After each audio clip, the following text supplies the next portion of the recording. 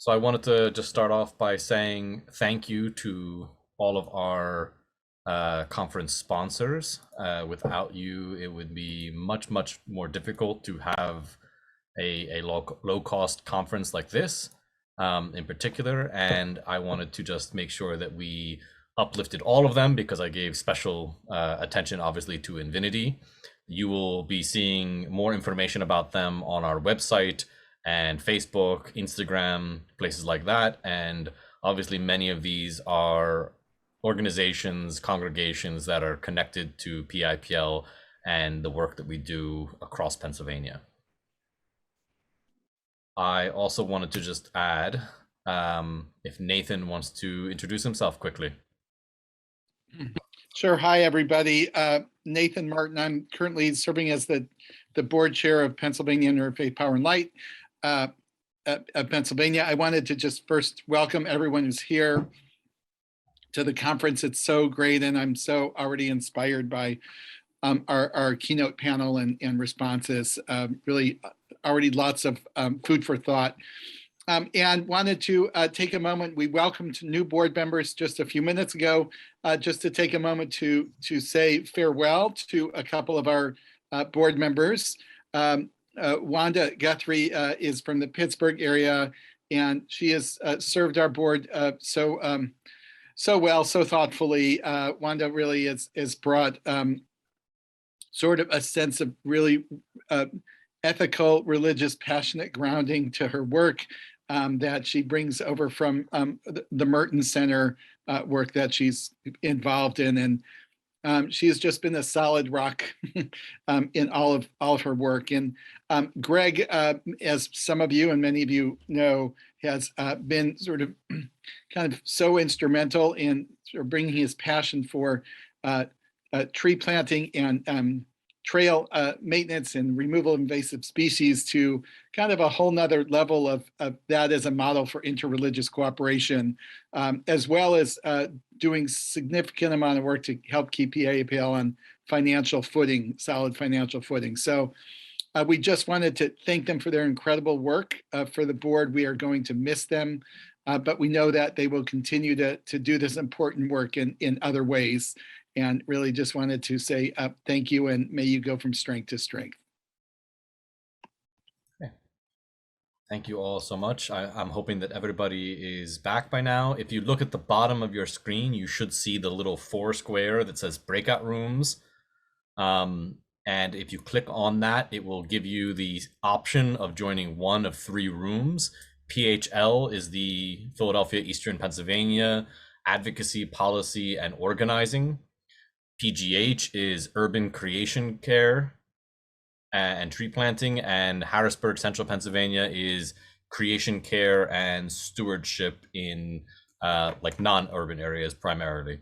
So if you would like to click that button at the bottom, you can join your room, and we will see you back here in approximately an hour. If you need anything, Ariel Sternman will be in this room to help navigate if you come back to it. Welcome, everyone. Sorry, I was finishing up in the other room while people were migrating into this one. I'm hoping that people are able to find their way into their desired room, but thank you for joining us for this session about creation care and stewardship in central Pennsylvania. We have 2 really great speakers who I am so happy that you were actually both able to join us, because I, especially for this conference, wanted to get voices of organizations that we've worked with for quite a long time, like the Chesapeake Bay Foundation, and those that we're hoping to work more closely with, like the Interfaith Partners for the Chesapeake, because the work that Greg Williams in particular has done for us and that I've helped amplify over this past year is so fundamental to the very mission that Bishop Dinkins was talking about earlier, that trees, restoration, working in the communities, in the environment literally that they're living in, is so powerful and connective to those communities. It's very hard to say, no, I don't want more trees. It's very hard to say, oh, I don't want to get rid of the weeds that are taking over my garden, right? It's very hard to say, I don't want cleaner air. But I think that all of our organizations are working in one way or another to really from our language to be proper, active stewards of creation who live that mission in a very direct way.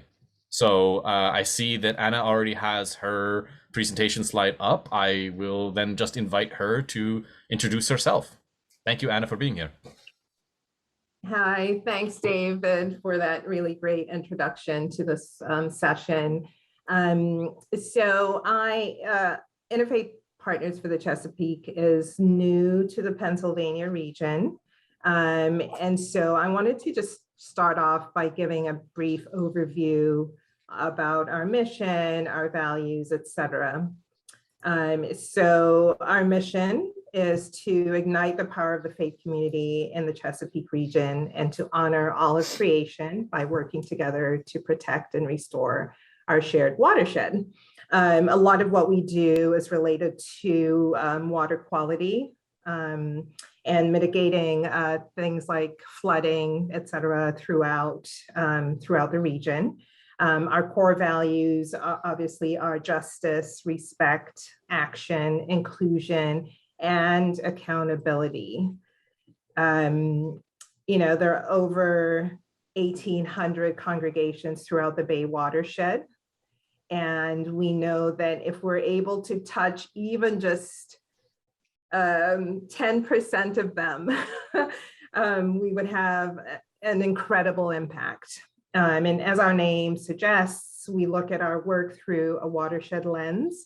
I'm not sure who it was who mentioned, it may have been Archbishop Dinkins mentioned earlier, that there is this link. If we're trying to speak the same language as our constituency and our communities, we do want to tie it in with their local rivers and local watersheds. And so we try and do that as much as possible. And we organize congregations through this lens as we guide them to take actions so that they can help restore clean water. And clean water is more than just water quality. Did we lose Anna completely? Yeah, I don't see Anna. Oh no. I only see me and David. Is everybody else still here? I think the cameras got turned off in case it was on our end, the speaker issue. Yeah, she got a bit disjointed and then I thought I just couldn't hear her, but she got kicked out. Yeah. Okay, I guess, Aya, if you would like to jump into yours then, and then hopefully Anna will come back on. Yeah, hopefully she can get back on here. Let me just pull my slides up really quickly. Sorry about that interruption, everyone. Hello, everyone. I'm Aya Lindquist. I am representing the Keystone 10 Million Trees Partnership along with the Chesapeake Bay Foundation today. The Keystone 10 Million Trees Partnership is a part of the Chesapeake Bay Foundation, but we are really heavily focused on Pennsylvania and ensuring that Pennsylvanians have clean water, both in the groundwater, but then also in our streams and creeks. So what we do at Keystone 10 Million Trees is we provide trees, shrubs, shelters, and stakes, everything you need in order to do a planting. And all of our trees are native, I should also add, to Pennsylvania.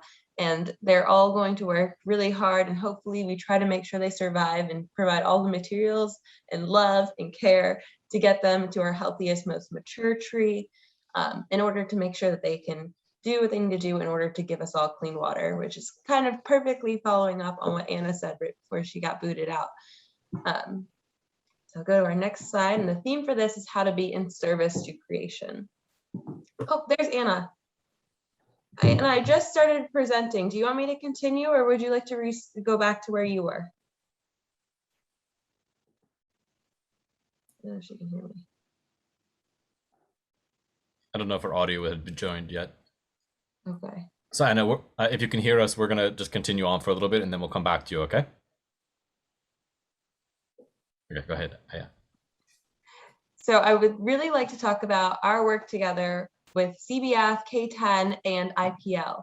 And I want to focus on someone who's in this room right now, Mr. Greg Williams, who I got the pleasure of speaking with earlier this week, or earlier last week now. And I wanted to talk about what his work was before he joined the partnership, or what IPL was able to do. And I'm going to start with this bird blind.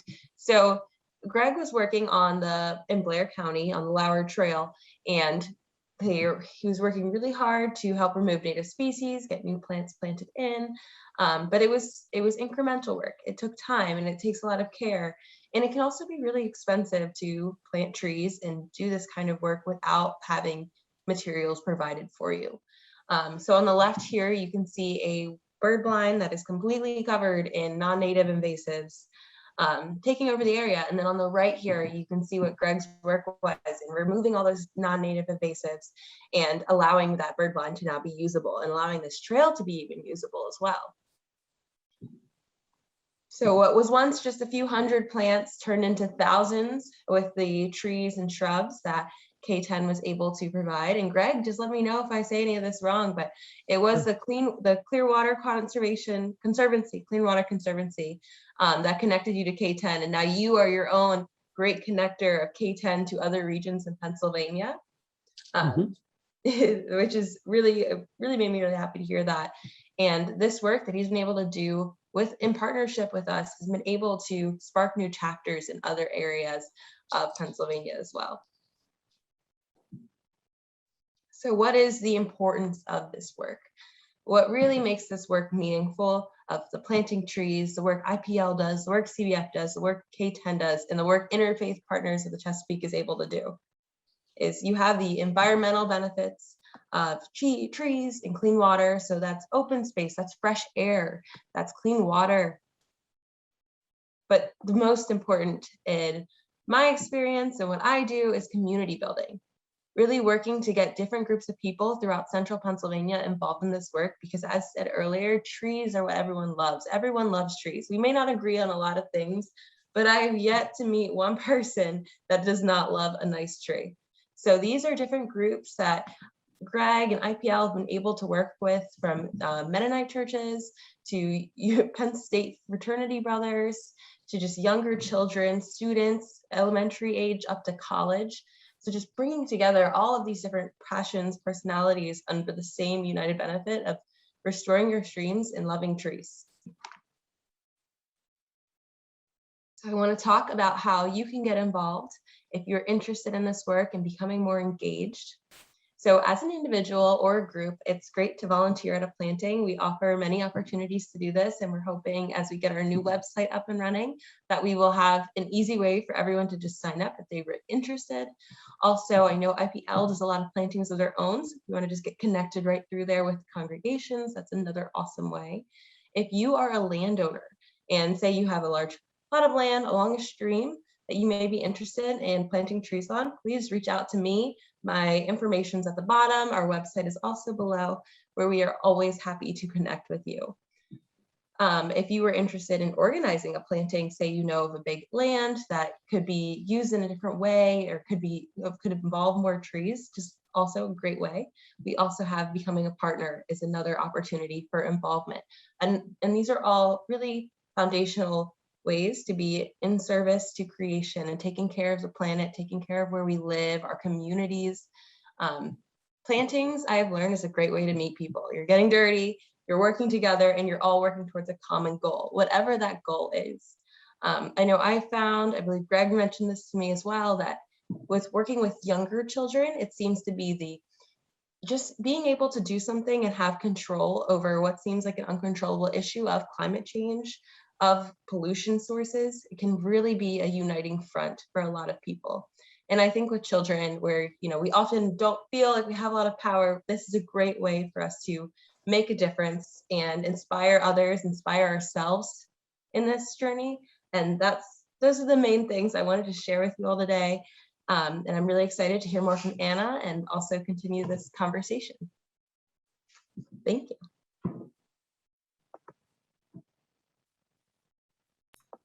Thank you so much. Anna, are you able to share screen now, or do I need to make you co-host again? Yeah, so I'm back. Thank you for your patience, folks. And I'm going to test sharing my screen again. It says host disabled participant screen sharing. Yeah, I'm trying to see if I can do it. I might have to share screen for you. You sent them to me earlier, right? Yeah. So if you want to go ahead and do that, that would be great. Thanks. I think because when you got kicked out, but now we're in the breakout rooms, it's a little bit more complicated. Give me 1 second to find where one of my windows is. There it is. Something just to frame the conversation before we move on to the PowerPoint is just that I find that what I just said about the ways in which creation care gives people a practical, hands-on way of feeling like they're actually doing something to combat climate change, I think is absolutely on point. But I also think that it's a subtle way of connecting the issue without naming it out loud. It's almost like the Voldemort of climate change, that you don't need to speak the name, but people like just intuitively understand, like, this is good for my environment, this is good for me, this is good for my community, and I don't need to think about the politics at the moment. I don't need to think about anything else that might go with this, but I can just concentrate on getting these trees into the ground today and doing my part.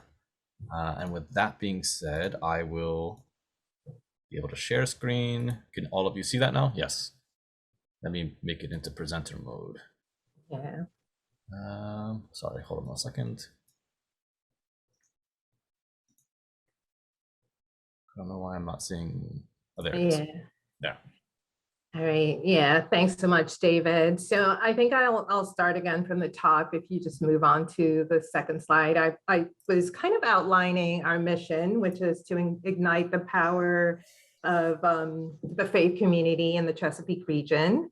And then I talked about our core values of justice, respect, action, inclusion, and accountability. And then I believe when I sort of lost you all I was on the next slide talking about just how many congregations we have throughout the Chesapeake Bay watershed. So there are over 18,000 congregations. And as our name suggests, we look at our work through a watershed lens. This goes to some of the comments that Archbishop Dinkins had said earlier, that you want to kind of find a way to speak the language of the community with which you're working. And we found that if you talk about the local watershed and local streams and rivers within the context of water quality, that can be very effective. And, so it's access for recreation for all communities, safe food for consumption, urban greening and tree canopy, and then improved infrastructure for handling floods within any given watershed or, within a local region that's within access to a stream or river. Our mission is driven by, is really captured by two quotes. On the next slide, we often quote Wendell Berry. It's kind of a twist on the golden rule, where he says, do unto those downstream as you would have those upstream do unto you. And we also often quote one of our local partners in the Baltimore region, Pastor Michael at Still Meadow Community Fellowship. And he always talks about how you can get started, because these issues are really large and can be sometimes overwhelming. And so what he says is, I don't know how to change the whole country or the whole region, but I don't know how to change the world, but I do know how to have an impact in my neighborhood where my parish is. And so that's one way to really get people thinking about what they can do in their own communities. Now, one of IPC's main roles is to act as a translator and a connector between, and you can move to the next slide, a translator and a connector between our secular environmental partners, local governments, and the faith community. So again, the whole issue of speaking the language of the communities is key to what we do. So for example, a couple of years ago, we launched our Trees for Sacred Places program in partnership with the Alliance for the Chesapeake Bay. And the Alliance for the Chesapeake Bay hadn't really been working with many houses of worship around tree planting. But they recognize the fact that, there's over 5,000 congregations in the Maryland region where we were partnering. And so our role was to make the connections with the congregations throughout the region, and then link them up with the Alliance staff who are skilled. They were the ones who have the technical skill and they're able to source trees at low cost, and then also guide the congregations as property owners on the best practices around maintenance. So that's just one example of what we do. There are many other examples. Many of our partner congregations have installed rain gardens, for example, that really help with flooding. Some of them have, enormous parking lots, and we've worked with them to install permeable pavers to help mitigate the flooding that they see in their parking lots. So, if you're with a congregation or of a congregation that's looking for this kind of intervention, we would be the first stop for them. So how do we go about doing what what our mission and values drive us to do? So we're trying to build green teams at the congregations. We're also building a broader One Water partnership. And then we are getting people engaged at the first ladder with a partner congregation pledge. And so if you go to our website, and I'll share the link with you after I finish this presentation, you'll see that so far we have, I believe, over 80, it's probably closer to 90 congregations who have signed the partner congregation pledge, committing to raising creation care as one of their main facets of what they do. We've also, over the past year and a half, or actually 2 years, we've been able to train more than 100 green teams at various congregations, and they're often running, putting together programming as well as installing projects on their ground with our guidance. And then the One Water partnership, like I mentioned, we've recently moved into the Pennsylvania region. We hired a new, and you can move on to the next slide. We've hired a new coordinator in Pennsylvania, and so she's been working with some of the congregations in the region to install projects. And so far, if you go on to the next slide, this is just a snapshot look at what the congregational partners have been able to achieve. We started off in 2016 with 24 congregations engaged. And in 2020, we have 191. And they have collectively been able to install 51 projects, which has resulted in 34.73 acres treated for stormwater. Another example is, we know on the next slide, you'll see numbers are important, but stories are also necessary to see how much work goes into each project. And it usually comes down to just one person starting the movement at their congregation. And that's why we've really, really focused on building green teams. We start off with typically a team of 3 to 5 people. And in this case, Holy Covenant Church in Baltimore, Maryland, we had one person, Bernadine Coates, who was just inspired, but she really needed capacity support. They needed partners on the outside to actualize their project. And what they wanted to do was install 2 rain gardens on their property. And so what IPC was able to do was link them up with Blue Water Baltimore, who served as their technical assistance provider. The city of Baltimore is really supporting all kinds of actions around flooding and stormwater.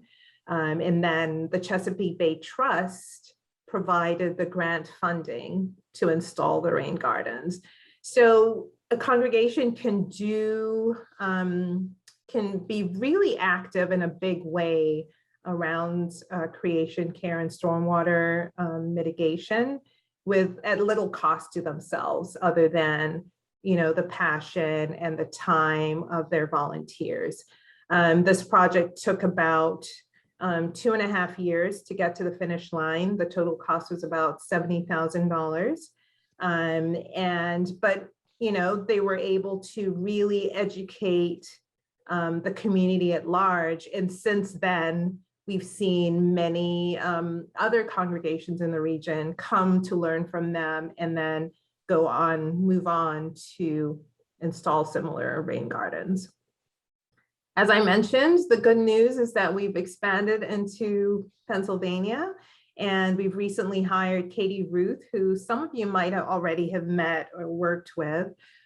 She was actually going to do this presentation today, but she's out helping coordinate the Interfaith Community Bike Ride in partnership with one of our newest green teams at Brightside Baptist Church in Lancaster. You can move on to the next slide.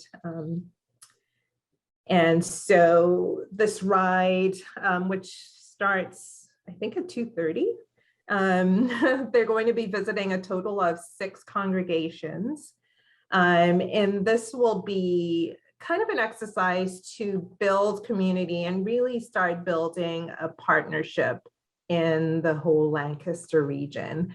It's going to be about a 7-mile ride, and some of the congregations are going to be showcasing what they've done. So the 7 congregations are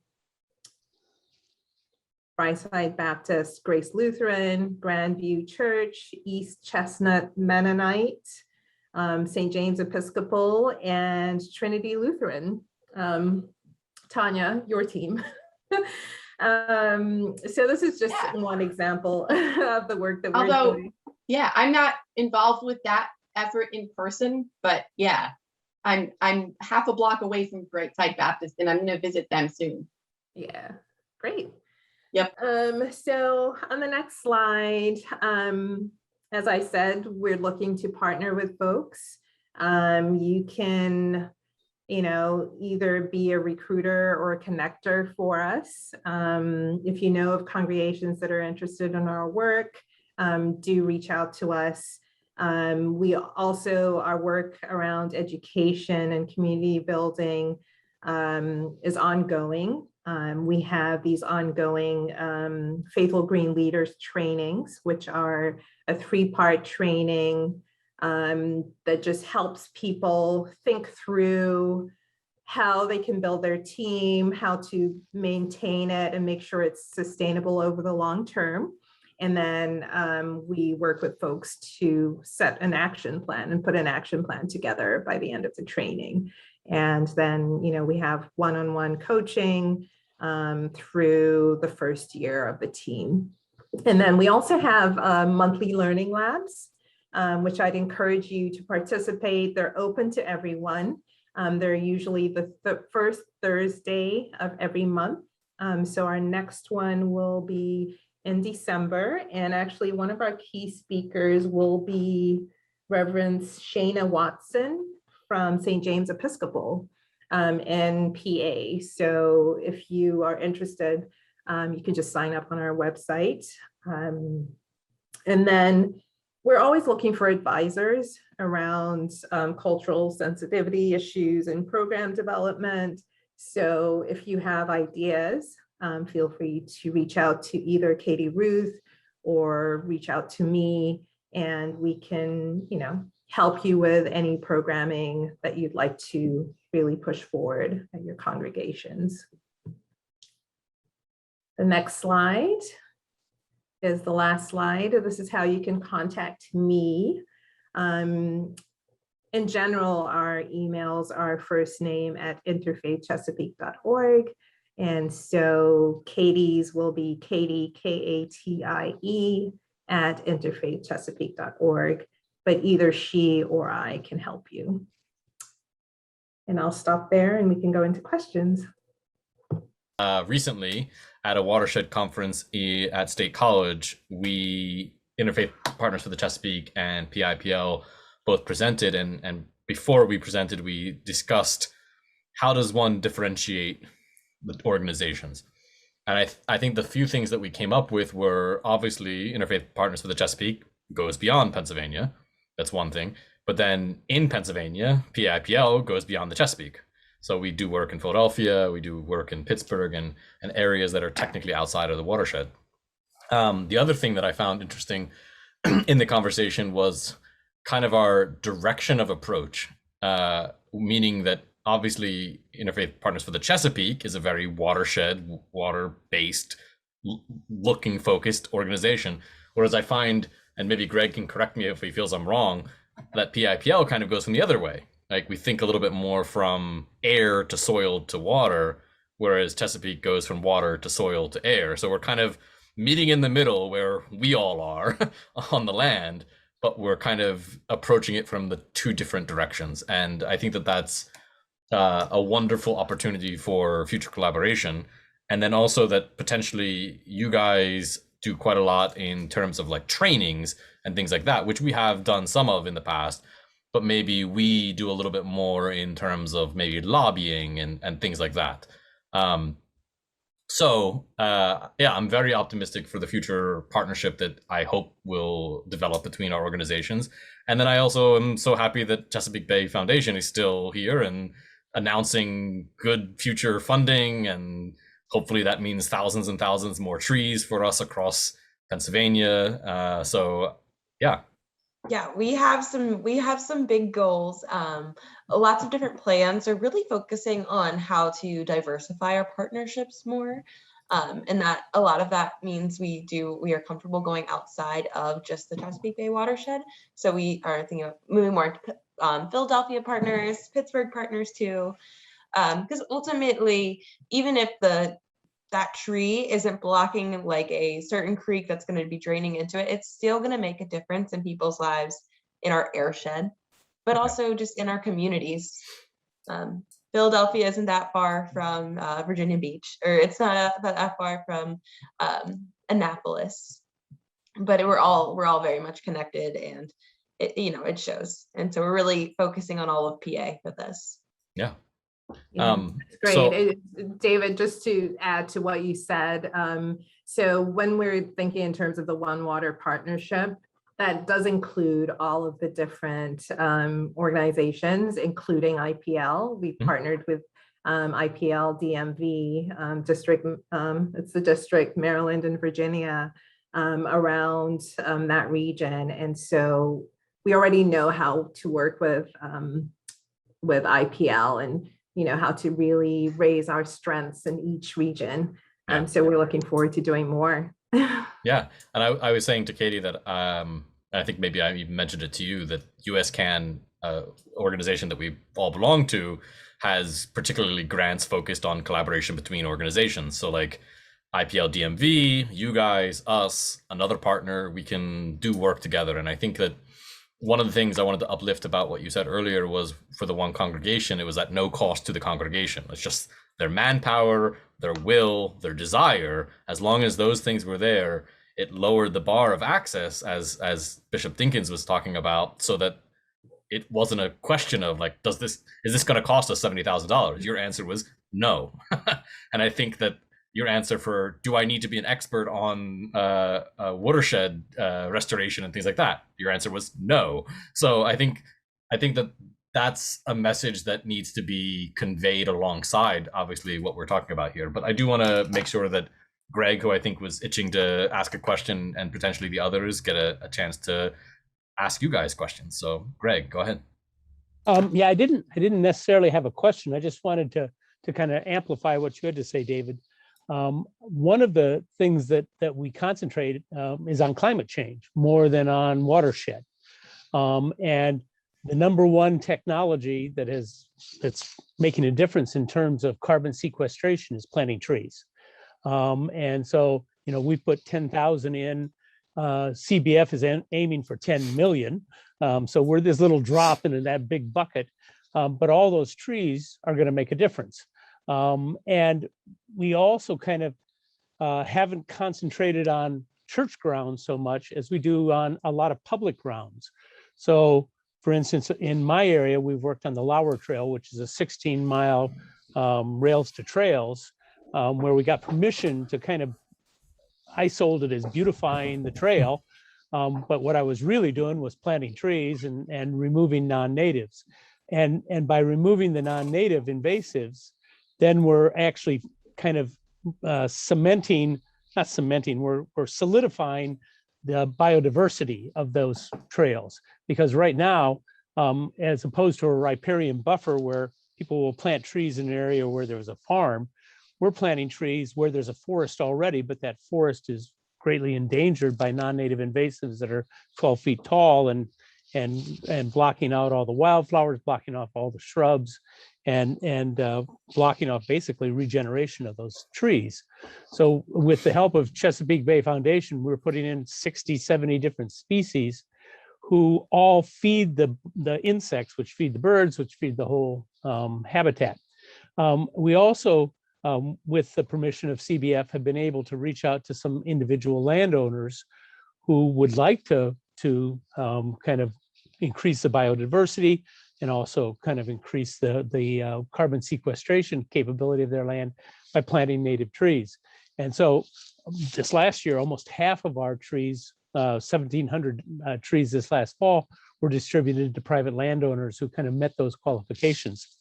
Another kind of thing that I find really encouraging is that when I do 4 or 5 work parties a week, and I kind of send an email out to 400 or 500 people, and we've got over 500 different volunteers, and some of them come once, some of them come twice, some of them come almost every day.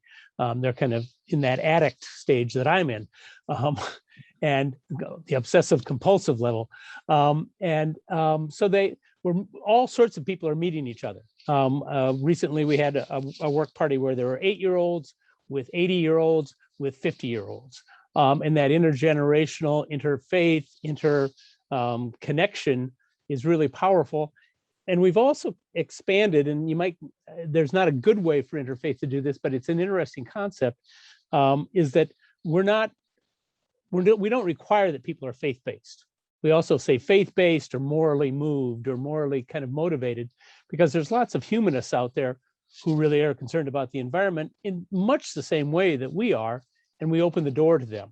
And so that's kind of something that has helped us kind of expand our kind of outreach and our impact. So just wanted to get those things in there. Yeah, thanks, Greg. Just to underscore, you touched on a really important point, that there are individual landowners, and the public lands will not.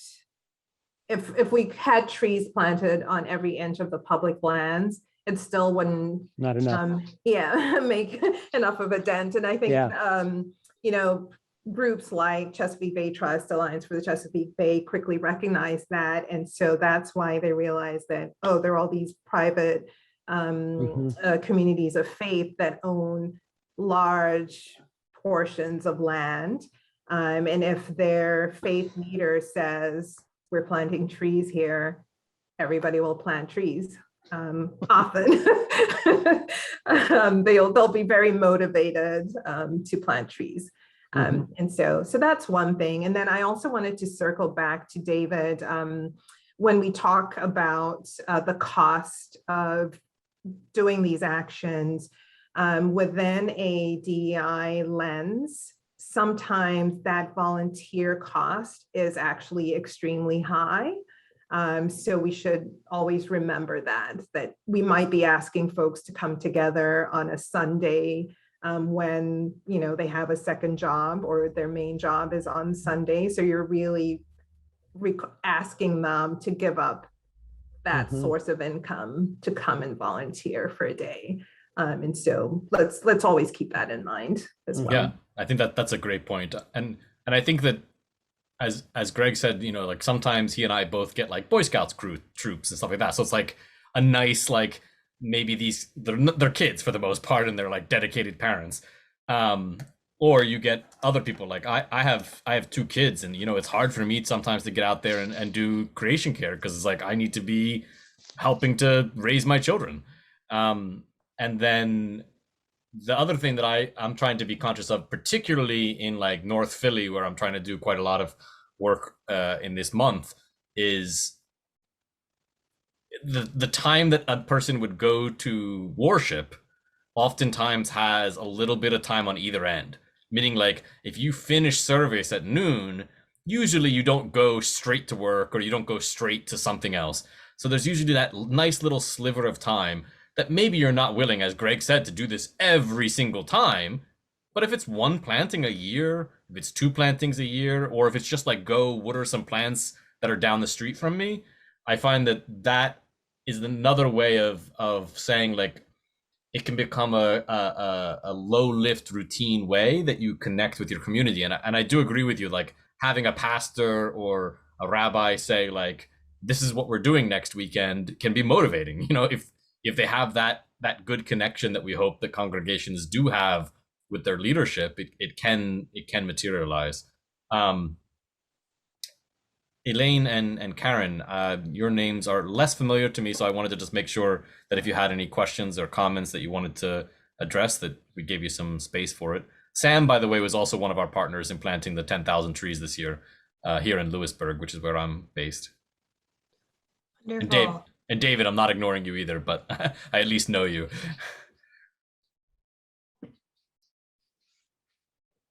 There you are, Elaine. I wanted to kind of elaborate also on that DEI perspective of doing this work and volunteering. Is that's something that's really at the heart of my role with CVF and this fellowship. As a Black woman working in this field, it's something that's always on my mind, but you know, really when we do this work too, it becomes exemplified. And I think about ableism that goes into this work, like who has the ability to go onto these trails and do this?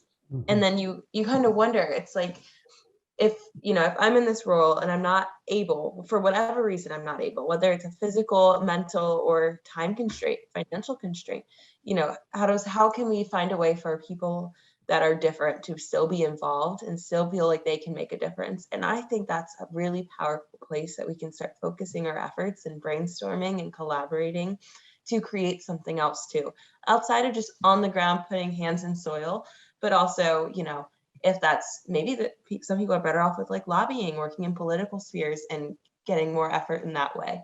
Yeah. So just some more food for thought on that side of things. I did notice this past year when we had like differently abled older community members, they were like, I would love to do this, but I can't garden anymore. And I'm like, no, we're putting it in for you. Like, tell us where your property is. Tell us how many you want. We will be there and we will get it done. And that you see them light up because they're like, they realize that this is now possible for them. You know, like this is not so far out of their reach. So yeah, I love what both of you are saying, because I see it very concretely materialize in the relationships that we have. Elaine, you had brought your video up for a moment, so I didn't know if you had a question or a comment or. There she is. Yeah, not really. I've just been interested in hearing about the movement. I'm actually professionally an environmental and energy sustainability professional for more than 40 years. And so, you know, as was said in the keynote, one of the things I think is important, and I've worked, by the way, in heavy industry most of the time, driving solutions. I halved the $2 million energy budget in the middle of the 80s. Okay, so this has been going on for a long time. There's a lot that can be accomplished. If you're talking to the people who have, like in manufacturing, it's like, how do I get the product out in quality? I create a solution that creates problems. Likewise, when you're talking about a community, how do you get people engaged? So I really appreciate that. And I've been on a lot of professional for environmental justice. And it was one that was through the U.S. Green Building Council, because I'm a lead AP and blah, blah, blah. And in particular, they were saying, it's like, yeah, talk about putting a solar or something, or maybe the people need an elevator, that kind of thing. So I think it's important to see where the community engages. So anyway, I'm also an outdoor person. I'm an old backpacker and cyclist. So it all matters to me. And at the same time, it matters how we go about it so that we don't create not just things we don't wish to create, but consequences that we couldn't have anticipated. And that's always been my concern as I've been going through here. So I appreciate people's contribution, and I'm just listening. That's all. But thank you. And because I like to hear where people are coming from. It matters. What's the orientation? What do I hear? What didn't I understand? And maybe where is there a gap in understanding? So, yeah. Thank you for sharing how that resonated. That was really wonderful. I often think, like, to that point of thinking about how we communicate, how we engage with communities, is always centering their voices and putting communities first. Is oftentimes it's great to think, oh, I want to plant trees here. This place needs more trees, but maybe the trees aren't what they feel like they need, or really what they need. A lot of times it can be food. So we try to find intersectional solutions to these problems. And one of the ways that we've kind of worked on that and partnering with my position is planting a food forest in collaboration with local food banks. So that's, planting trees. We have a lot of native fruit and nut bearing trees that we can plant in communities or give out to community members, and kind of centering our work around that. Obviously, these trees are only going to be bearing fruit and nut for maybe a couple weeks, if that's a good year. So really partnering with food banks and distributing our resources towards them, whether that's monetary or other ways, is a great way to kind of find those intersectional solutions and work with the communities to create those. Well, one of the things I think also is, now you're not necessarily talking about in the urban area, but people's connection to nature and to food and all the things, the connection to how does it happen and do it. Years ago, I was taking kids hiking who were, not. And, there's a long story, but the short story is, I'm thinking they must think we're nuts. We're hiking them on a hike in Philadelphia that they've probably gone on. And these were cool kids. And I've never been a cool kid. I'm just saying, and they're thinking. And there was a gal, there were 15 to 17-year-old kids, and we did it for years, but this was one of the initial ones. And it was a rainy 45-degree day and just a 2-mile hike. And we said, did you want to opt out? Anyway, at the end of the hike, toward the end of the hike, there was only one 15-year-old kid, and there was a young girl, and she was off the back. So I don't know her. I go up to her and I just say, hey, don't want to intrude. And I just, hey, and she turns around to me. And we're going on a 2-mile hike in the Wissahickon in Philadelphia in rain in October. And she turns around to me and she says, I've never been so peaceful in my life. So when I think about, my thought is, I know, I didn't grow up with agriculture, but I've been gardening and composting for over 40 years. And, and my connection, because I love the outdoors and backpacking, that kind of thing, you kind of think, how do people, I think that even with your saying, well, they only get food from it. So, but to start to understand how complicated, I don't mean complicated, but, it's a natural environment and things interact, and how, how do we get the nuts? Okay, this is this little point of time. I think the connection, you're doing a nice mission, because then people, and the other thing is like, if it's in the city, they may not want trees, and maybe they'll want a garden, but maybe they want a soccer field, because there's no place where they can just play, so it is important that, anyway, sorry. Yeah, no, Elaine, you're spot on. And so one of the things that I wanted to just highlight is, so IPC, what we've done is we've developed a menu for action that kind of outlines different kinds of activities that a congregation can take on. So it could just be education, if they're urban and they don't own their property, they can still host a movie night and have a discussion and educate others, and perhaps even identify a space where a group of them can go together to plant trees. And then, so we offer resources as well as suggestions of different things that they can do, which often teases it gets their juices flowing. And then they say, oh yeah, we don't want to do anything that's on your menu, but we want to do this. So. Yeah, and it's all about connection, and because people, I'm not much of a rabble rouser, okay? I'm being honest, and yet I don't know why people need so much stuff. And I thought, well, I'm a problem solver, and this is how I got involved in doing this. And so that's not my point of action. My point of action is problem solving and getting engaged in where we need to be. Other people, thank goodness, other people, they're different strengths. And I think you're spot on when you go to a community, and as opposed to saying, there's sometimes when let's go squawk about it. Another time it's let's take action about it, because then the light bulbs go on as to what in connection to it, and that we're all part of this and we're all part of the solution. Also people can be careless with the way they do things. And I think a lot of times if people were a whole lot less careless, I don't mean any particular people, but people, in general. I was teaching a course in sustainability for years at LaSalle University in Philadelphia as an adjunct.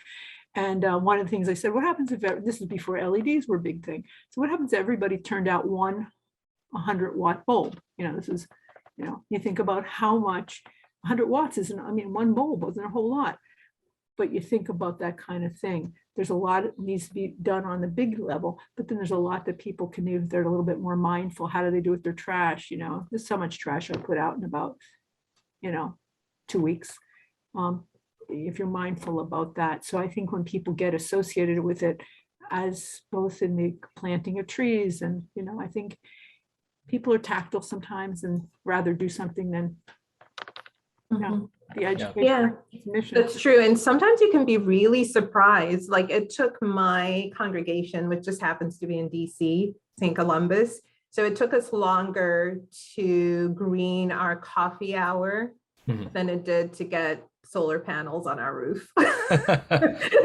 So, people are like, what? We're using all these hodgepodge of mugs and no, no donuts. But the solar panels were pretty quick. So one of the things for PIPL is that we developed what we call our Congregational Toolkit, where it recognizes that individuals and congregations are all at very different stages and capacities, and that it's a way for them to see the case study of a specific congregation, but then kind of have the Dungeons and Dragons do-it-yourself kind of, what path do I want to take next? Like the I get to choose which of these things, and as you said, if it's weatherization, if it's reduction, if it's recycling, if it's composting, if it's gardens, like there's many options and many types of those things. And I think that something that faith groups in particular bring to this is hopefully the recognition that we are on a journey and that we don't have to go from zero to climate champion in a day, and that we will get there eventually, but that it, as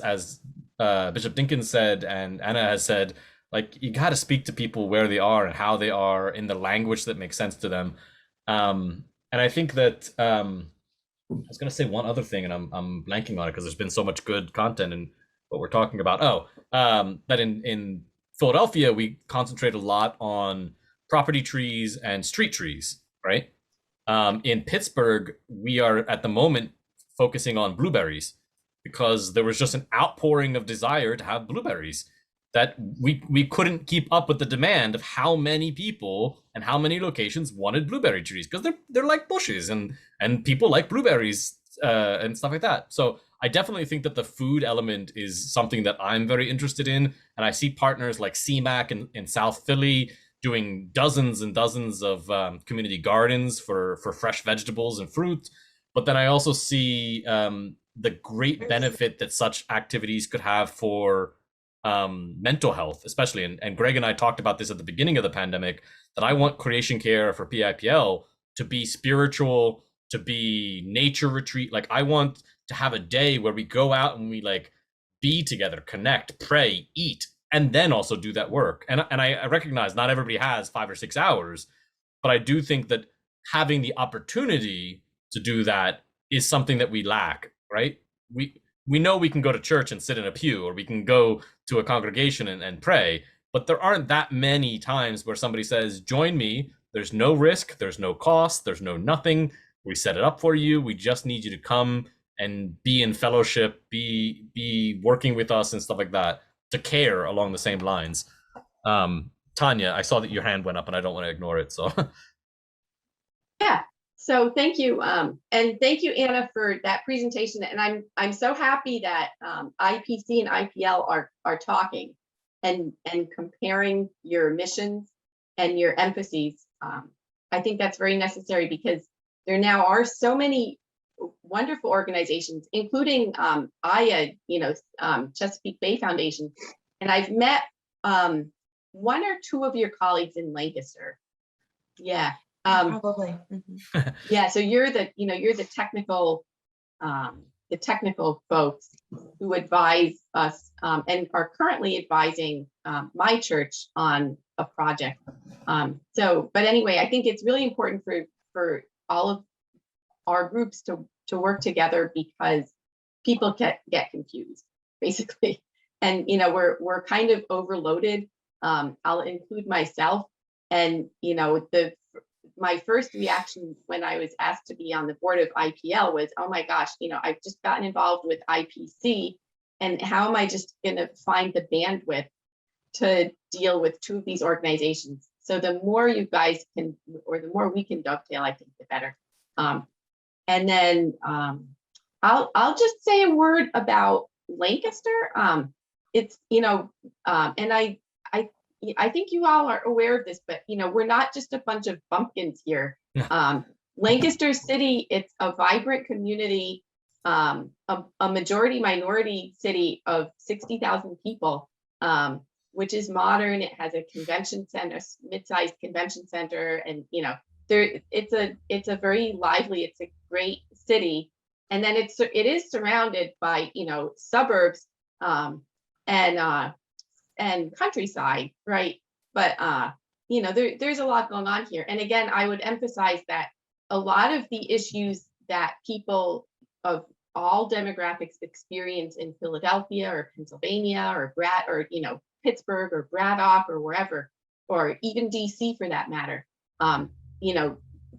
people here in Lancaster share, partly because we're in the Chesapeake watershed, but also, as I was saying earlier, issues of air quality and, people relating to their rivers, and going to church or synagogue or mosque. There's a lot, there are many ways that we're very similar here to folks elsewhere. And David, are you in Lancaster or Harrisburg? I can't remember. David Harris, sorry. Oh yeah, I'm in Harrisburg. Okay. UCC congregation in Harrisburg. Yeah, I mean, I know that there is a good deal of geographic distance, but in my mind, I also try to think of like the Philadelphia bubble, and there's a differentiation obviously between like urban Philadelphia and suburban Philadelphia, but then like the south central kind of corridor there, because of the connection in the waterways and like what Tanya just said, like there's the urban core but surrounded by quite a lot of farmland. I see a lot of potential connection between the 2 areas. So I see them almost as like Gemini twins in my concept of Pennsylvania, where like Harrisburg and Lancaster can support and strengthen each other as potentially a chapter or 2 chapters for us.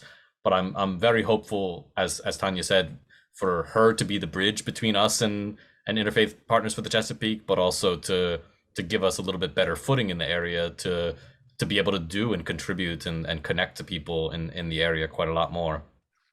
So a lot of the CBF's work, so our Pennsylvania office is in Harrisburg, but a lot of our work is in Lancaster. So Tanya, I believe you've probably met Ashley Spots, who's our restoration coordinator, Yes. or Brenda Siglitz, who also was a Lancaster resident, and she's the senior manager for the K-10 partnership. Okay. So they are very heavily focused on the Lancaster region, and I want to extend this off to Anna and to you, David, about like if you want to get more involved in Lancaster, CBF is happy to help and work more deeply in that area too, because that is from a clean water perspective, it's a great place to work. And then it's a wonderful city. It was one of the first places I got to travel once I started this position. I got to spend a week right in the heart of Lancaster City. I think it was Chestnut. I think it was Chestnut Street, or it was Orange. It was either one of those. And I got to spend a week there, and I really got to enjoy the city, meet a lot of people, meet a lot of partners in that area. And so I can also attest to what you just said, Tanya. Okay, thank you. Yeah, and I think as far as connections between Lancaster and Harrisburg, the Susquehanna River maybe is the most obvious one, because the small Conestoga River that flows into the Susquehanna, it flows through all of Lancaster County. And for those of you who maybe are not familiar with this, the Susquehanna forms most of the western boundary of Lancaster County, and obviously the Susquehanna flows through the middle of Harrisburg. So yeah, and obviously, there's so many issues related to that. But actually, one thing I learned this year was Lancaster City and a lot of the county gets half of its water from the Susquehanna. There's like a big pipe, a big underground pipe going from the Susquehanna to Lancaster. So. Well, I will try not to pollute it because I'm way up river from you. We have to use Anna's wonderful quote. Exactly. Yeah, I thought about that earlier because I was like, all of you are much further south, but I'm way up at the top here. I'm doing my best. We're trying to do riparian buffers and like mitigate, especially like agricultural runoff and stuff like that. I just want to be mindful. We're gonna get kicked out of the room in a few seconds. Thank you so much, Anna and Aya. Really appreciate not only the partnership, but also all the work you do and your contributions to this conference. So thank you all, and I will see you back in the room. We will reconvene at 3 o'clock for the next session. Okay, David, I'm going to take off. Okay. I'm going to the bike ride. Oh, nice. Hello, everyone. Welcome back. It's so nice to see so many faces. I hope that the first session went well for everybody. We will reconvene at 3 o'clock after a brief break again. And Nathan Martin, our board president, will be leading us in a brief prayer. We will then have session 2. We will have the same breakout rooms essentially, but with the new names. And then we will have our closing ceremony and prayer after that. So I will see you all back at 3 o'clock.